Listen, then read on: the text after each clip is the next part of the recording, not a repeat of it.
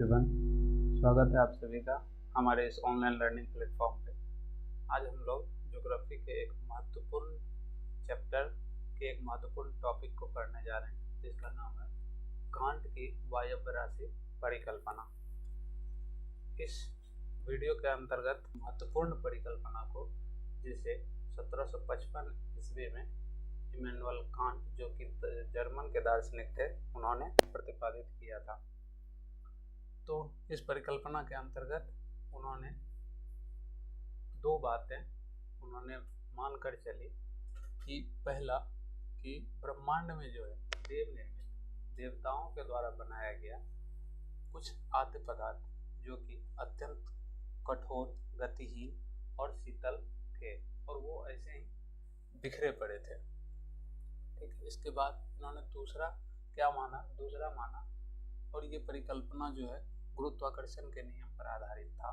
तो इसीलिए इन्होंने यह माना कि ये जो आद्य पदार्थ थे, ये आपसी आकर्षण के कारण, यानी कि गुरुत्वाकर्षण के कारण एक दूसरे के नजदीक आने लगे। क्या होने लगा? एक दूसरे के नजदीक आने लगे, जिससे कि इसमें क्या हुआ, आकर्षण शक्ति के कारण एक दूसरे के नजदीक आके ये आपस में टकराने लगे। और टकराने के बाद क्या हुआ, इसमें ताप का आविर्भाव हुआ और गति का भी आविर्भाव हुआ। मतलब कि इसके टकराने से ऊष्मा उत्पन्न हुई और उसमें क्या हुआ, गति भी उत्पन्न हुआ। और ये क्या हुआ, धीरे धीरे घूमने लगे।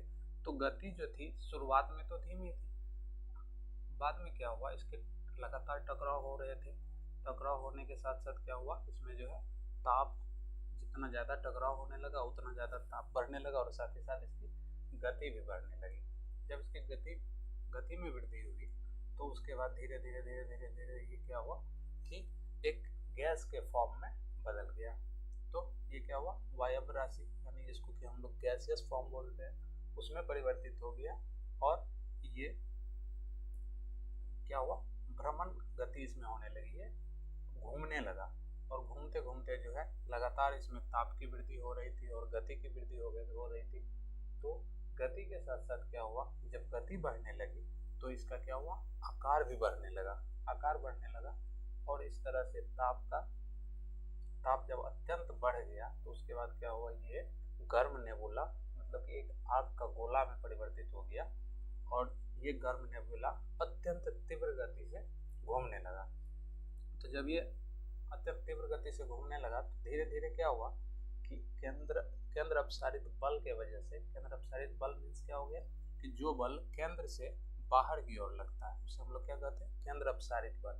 केंद्र अपसारित बल के वजह से क्या हुआ, इसके मध्य भाग में, इस भाग में क्या हुआ, धीरे धीरे क्या हुआ, उभार आने लगा। और उभार के वजह से क्या हुआ, धीरे धीरे ये घूमते क्या हुआ, ये एक छल्ले के रूप में मुख्य निहारिका से अलग हो गया। और ये जो पदार्थ थे, ये छल्ला, ये भी अपनी जगह पर ये क्या हुआ कि मुख्य निहारिका से अलग होके गति करने लगा। ये निहारिका तो अंदर में गति कर ही रही थी। फिर ये किस चीज की वजह से हुआ, सेंट्रीफ्यूगल फोर्स के वजह से, केंद्र अपसारित बल के वजह से ये मुख्य निहारिका से अलग हुआ। धीरे धीरे फिर क्या हुआ, ताप और बढ़ता गया और दूसरे बार भी इसमें उभार आने लगा। फिर एक छल्ला निकल के बाहर हुआ। इस तरह से क्या देखते हैं हम लोग कि आगे चल के जो है इस मुख्य निहारिका से 9 छल्ले बाहर निकले। 9 छल्ले के रूप में 1 2 इस तरह से 9 छल्ले बाहर निकले। और जो मुख्य निहारिका थी वो क्या हुआ, मुख्य निहारिका जो बचा हुआ उसका जो भाग था वो क्या हुआ, सूर्य के रूप में परिवर्तित हुआ। और ये जो 9 छल्ले बाहर निकले थे, ये धीरे धीरे ठंडे होके और अत्यंत ठंडे और कठोर हो गए। और फिर जो है इससे क्या हुआ कि 9 ग्रहों का निर्माण हुआ। और जो मुख्य निहारिका का बचा हुआ भाग था वो क्या किया, सूर्य का निर्माण किया। और आगे चल के 9 ग्रह और हमारा सौरमंडल का निर्माण हुआ। ये परिकल्पना आधिकारिक तौर पर जो है मान्य नहीं है, लेकिन हमारे सिलेबस में इसे दिया गया है, तो इसे पढ़ना जरूरी है।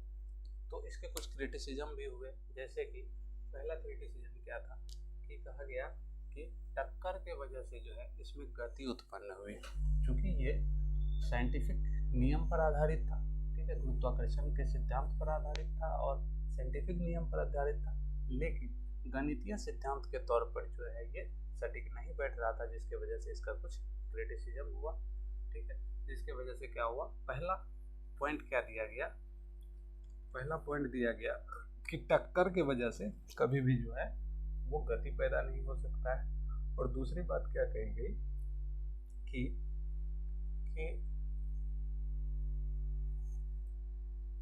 गति बढ़ने से या ताप बढ़ने से कभी भी आकार नहीं बढ़ सकता है, ठीक है। गति बढ़ने से उसका आकार नहीं बढ़ सकता है। और किस आधार पे ये कहा गया कोणीय आवेग के सिद्धांत के आधार पर जो है जब भी गति बढ़ेगी तो आकार घटेगा और आकार